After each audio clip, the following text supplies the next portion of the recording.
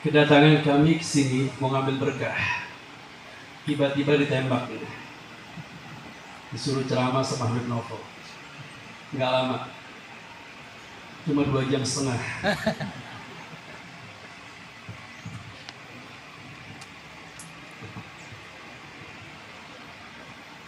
Bismillahirrahmanirrahim.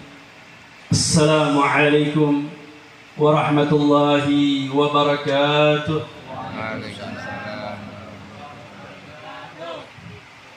Alhamdulillah, thumma alhamdulillah.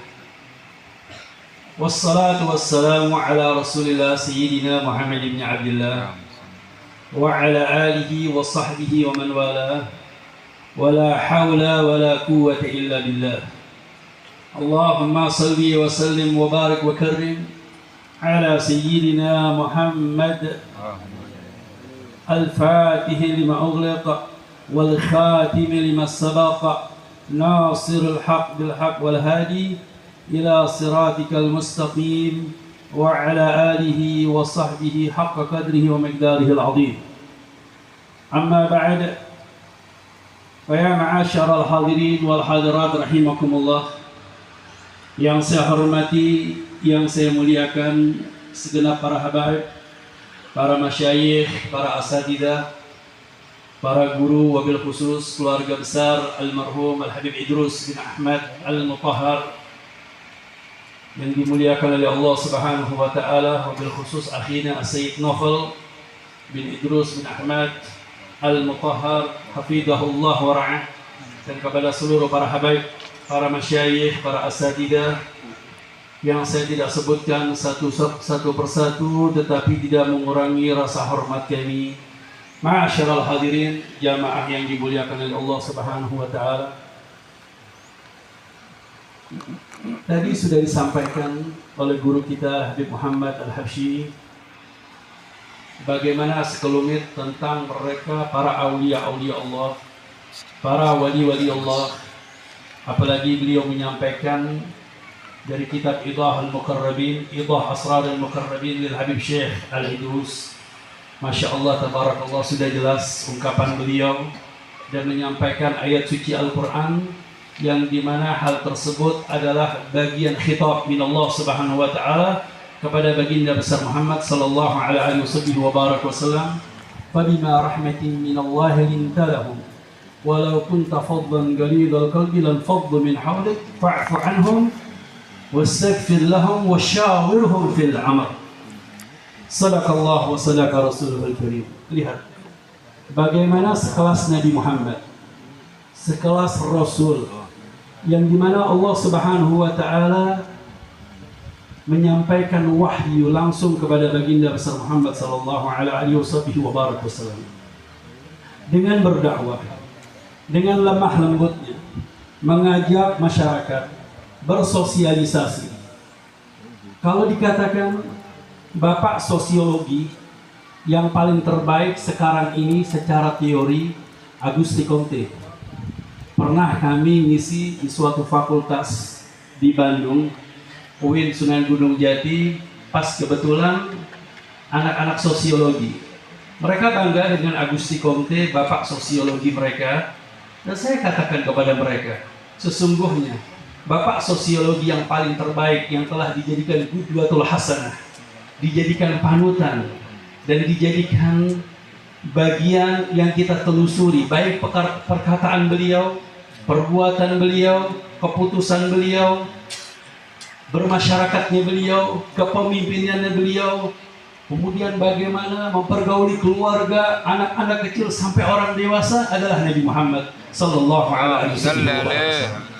Di antara ilmu sosiologi Nabi Muhammad yang telah disampaikan Habib Muhammad tadi, Rasulullah Muhammad menyampaikan kepada umat Nabi Muhammad sallallahu alaihi wasallam.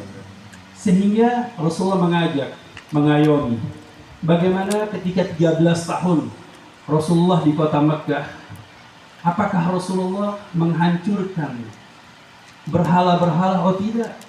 Tetapi Rasulullah menghancurkan berhala yang ada di hatinya mereka. Kapan? Ketika di kota Madinah, Rasulullah mendidik mereka para sahabat-sahabat Nabi Muhammad SAW. Sehingga dalam waktu yang singkat 10 tahun, Nabi Muhammad sallallahu alaihi wasallam telah mendidik mereka orang-orang yang terbaik yang telah lulus di madrasahnya Nabi Muhammad sallallahu alaihi wasallam. Kata para ulama, dalam waktu 10 tahun Rasulullah telah mendidik 124.000 para sahabat Nabi Muhammad, orang-orang yang terbaik yang ada di muka bumi ini. Mereka adalah orang-orang yang melihat Nabi Muhammad, memandang Nabi Muhammad, dan ikut berjuang bersama Nabi Muhammad sallallahu alaihi wasallam. Sampai-sampai Allah menyatakan tentang haknya mereka, radhiyallahu anhu wa radu anhu. Allah ridha kepada mereka. Ketika Allah ridha kepada mereka, mereka juga mengikuti perjuangan bersama Nabi Muhammad sallallahu alaihi wasallam. Berarti dalam waktu yang singkat 10 tahun telah melahirkan 12.400 para sahabat Nabi Muhammad. Dalam 1 tahun telah melahirkan, mewisudakan orang-orang terbaik dalam 1 tahun 12.400 para sahabat. Apakah ada di antara fakultas ilmiah, sekolah, madrasah yang dapat meluluskan dalam 1 tahun, mewisudakan orang-orang terbaik yang ada di muka bumi ini yang berjumlah 12.400? Masya Allah, hanya Nabi Muhammad sallallahu alaihi wasallam. Sehingga Nabi Muhammad juga menyatakan tentang mereka, khairul qurun qarni, sebaik-baiknya masa, masaku. Masa siapa? Sahabat Nabi Muhammad. Sehingga para ulama menyatakan masa tersebut sampai akhir man mata minas sahabah. Seorang sahabat yang meninggal di akhir tahun 120 Hijriah, yaitu Sayyidina sahabat Abu Tufail, sebagai kesepakatan yang dikatakan oleh Sayyidina Imam Ibn Hajar al-Asqalani di dalam kitab Al-Isabah fi Tamyiz Sahabah. Kemudian Rasul mengatakan lagi, tsummal ladzina yalunahum. Kemudian mereka setelahnya, orang-orang yang melihat para sahabat Nabi Muhammad, yaitu mereka para tabi'in, dikatakan setelah 50 tahun setelahnya. Kemudian Rasulullah mengatakan lagi, tsummal ladzina yalunahum. Kemudian mereka orang-orang yang terbaik adalah tabi'in, yang dimana mereka melihat mereka para tabi'in. Ternyata ini suatu keistimewaan bagi mereka, orang-orang yang hidup di qurunul khairiyah, orang-orang yang hidup dekat dengan Nabi Muhammad sallallahu alaihi wasallam. Terus bagaimana dengan kita umat Nabi Muhammad sallallahu alaihi wasallam yang hidup sekarang ini, yang termasuk orang-orang yang hidup di akhir zaman? Kalau sekarang tadi Habib Muhammad mengatakan faidahnya TikTok, Instagram dan macam-macam. Ini Masya Allah zaman sekarang ini, Masya Allah, di depan banyak ibu-ibu. Saya ada sekolah Habib Muhammad, mungkin Habib Muhammad juga di Ponorogo. Kita juga di Pekalongan ada Ma'had Islam, dan ada beberapa sekolah yang kami urus. Kemudian di Bandung, kami kaget. Sekarang ini kalau kita melihat jumlah warga negara Indonesia, yaitu 220 juta. Ternyata jumlah handphone, HP yang sekarang ini 4 kali lipat jumlahnya dari masyarakat Indonesia. Ini sudah dideteksi oleh banyak para ulama-ulama. Kemudian makanya saya kaget. Dulu saya baru pulang dari Mekah, mondok kita di Mekah tadi, makanya Habib Muhammad bilang, kok ada orang baru mondok sebentar sudah ngaku jadi nabi ya. Hebat banget. Ini saya mau cerita sedikit, ada guru kami sudah menjadi profesor, doktor, murid pertama Sayyid Muhammad Alwi Al-Maliki, dan jadi ketua himpunan murid Sayyid Muhammad. Kemudian beliau diundang oleh Sayyid Muhammad ke Malaysia. Sampai di Malaysia, Sayyid Muhammad menggerakkan mereka para pejabat, bahkan sampai Perdana Menteri untuk menyambut murid Sayyid Muhammad yang dari Indonesia. Sayyid Muhammad menyambut muridnya datang. Masya Allah. Dari Indonesia rombongan datang, dilihat. Lihat. Nggak tahunya yang datang seorang kiai. Ustadz Ihya. Datang sampai di bandara sama Abu yang bilang, Masya Allah. Disambut sama saya, sama pejabat, sama ulama-ulama ya. Jangan besar kepala. Abu Yai langsung mengatakan, mazil taqaliban, jenengan masih seorang santri. Sampai hari kiamat kita masih seorang pelajar. Walaupun belajarnya sudah hebat bagaimanapun, kita masih seperti seorang santri. Makanya kemarin saya kaget.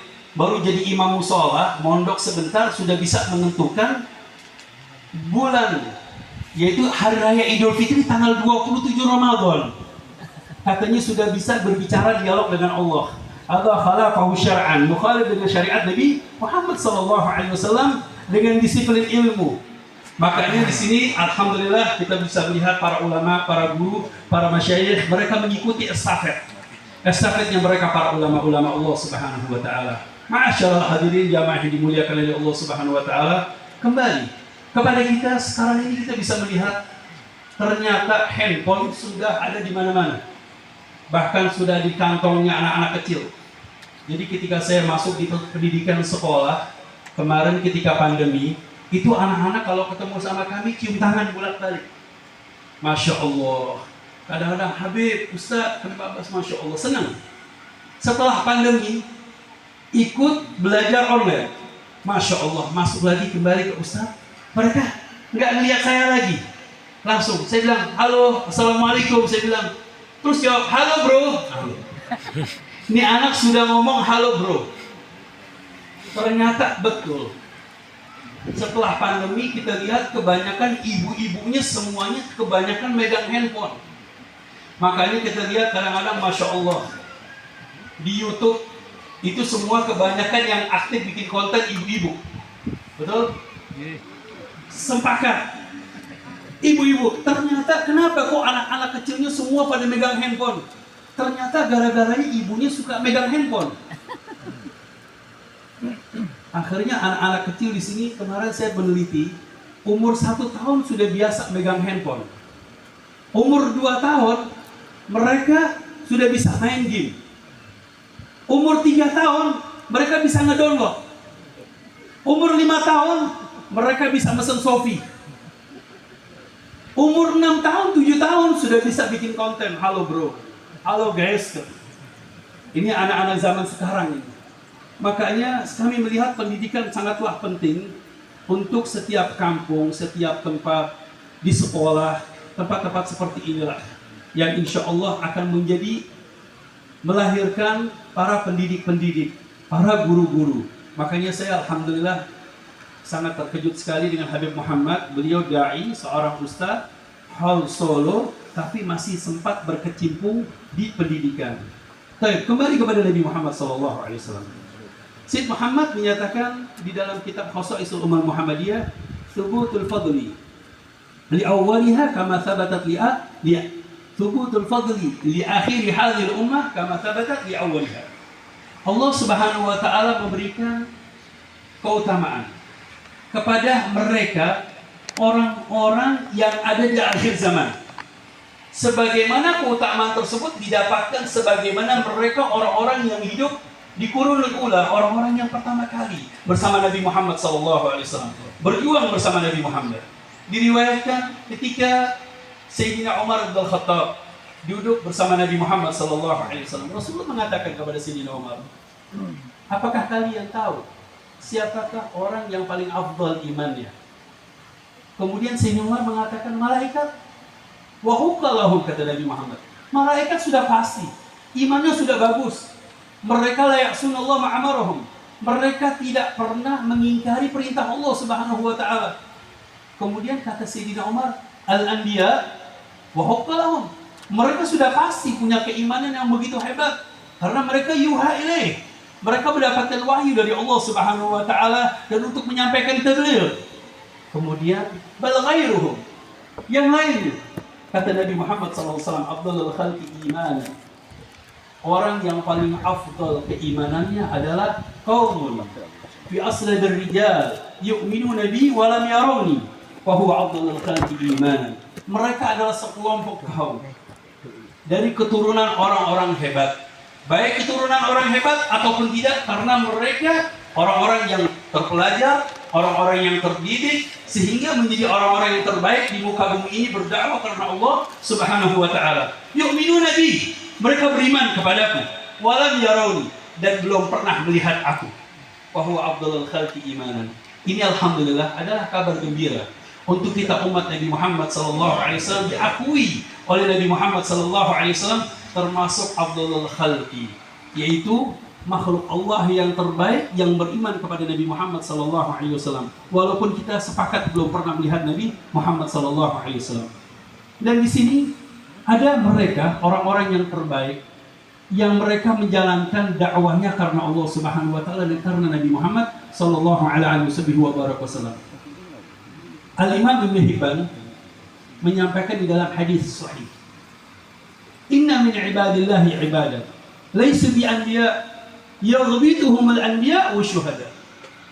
Sesungguhnya ada hamba-hamba Allah yang dimana mereka dekat dirinya dengan Allah Subhanahu wa taala. Mereka ini bukan nabi, mereka ini bukan rasul, mereka ini bukan para syuhada, tetapi para nabi, para syuhada cemburu dengan mereka. Kemudian sahabat Nabi Muhammad bertanya kepada Rasulullah, "Manhum? Siapa mereka?" Kata Nabi Muhammad, "Hum qaum tahabu bi nurillah min ghairi arhamin wala intisabin. Wujuhum nur ala manabir bin nur. La yakhafuna idza khafa an-nas wa la yahzanuna idza hazina an-nas." Mereka adalah sekelompok kaum yang saling cinta, saling menghormati, saling menghargai, saling melindungi. Mereka mengajak dengan metode mahabbahnya mereka, cinta kepada umat Nabi Muhammad, melihat memandang umat Nabi Muhammad. Contoh, lihat tadi Al-Habib Idrus bin Ahmad bagaimana mengayomi masyarakat, bagaimana bersosialisasi, kemudian duduk berdakwah dari kampung ke kampung, dari desa ke desa, bahkan memberikan uang kepada muridnya beliau, sampai memberikan sangon untuk pernikahan. Ini kan bagian rasa cinta mereka kepada umat Nabi Muhammad. Tahabu binurullah min ghairi arhamin wala disabin. Mereka bukan saudara, mereka bukan famili, tidak ada urusan dengan nasab mereka, tapi saling cinta dan saling menghormati. Di sini kalimat tersebut mengatakan tahabu, saling cinta, saling menghormati, saling menghargai. Kemudian la yakhafuna idza khafan nas. Mereka tidak pernah kenal sedih apabila mereka orang semua dalam keadaan sedih. Mereka tidak pernah kenal takut walaupun orang-orang dalam keadaan takut. Kemudian Allah Subhanahu wa taala menyampaikan suatu ayat suci Al-Qur'an yang disampaikan oleh Nabi Muhammad sallallahu alaihi wasallam dengan qaul Allah Subhanahu wa taala, "Ala inna awliya Allah la khaufun 'alaihim wa la hum yahzanun alladziina aamanu wa kanu yattaqun lahumul busyra fil hayati dunya wa fil akhirah la tabdila li kalimatillah dzalika huwal fawzul 'adzim." Ketahuilah bahwasanya mereka adalah para wali-wali Allah. Mereka tidak kenal sedih dan mereka tidak akan kenal takut ketika mereka menjalankan dakwah karena Allah Subhanahu wa taala. Karena mereka bagaimana? Alladzina amanu wa kanu yattaqun. Mereka adalah orang-orang yang beriman dan bertakwa kepada Allah Subhanahu wa taala. Takwa mereka adalah para talib. Mereka adalah pelajar. Di hati mereka ada Nabi Muhammad. Mereka berdakwah karena Nabi Muhammad. Kita bisa melihat bagaimana ke belakang mereka para wali songo, para aulia, para salihin, mereka berdakwah di Nusantara negeri yang kita cintai ini. Apa yang mereka bawa? Nabi Muhammad. Di hatinya mereka adalah Nabi Muhammad. Kemudian tadi barusan duduk dengan Habib Novel, lihat estafet dari keluarga Al-Mutahhar, Al-Habib Muhammad Hussein Al-Mutahhar yang telah menyusun lagu syukur.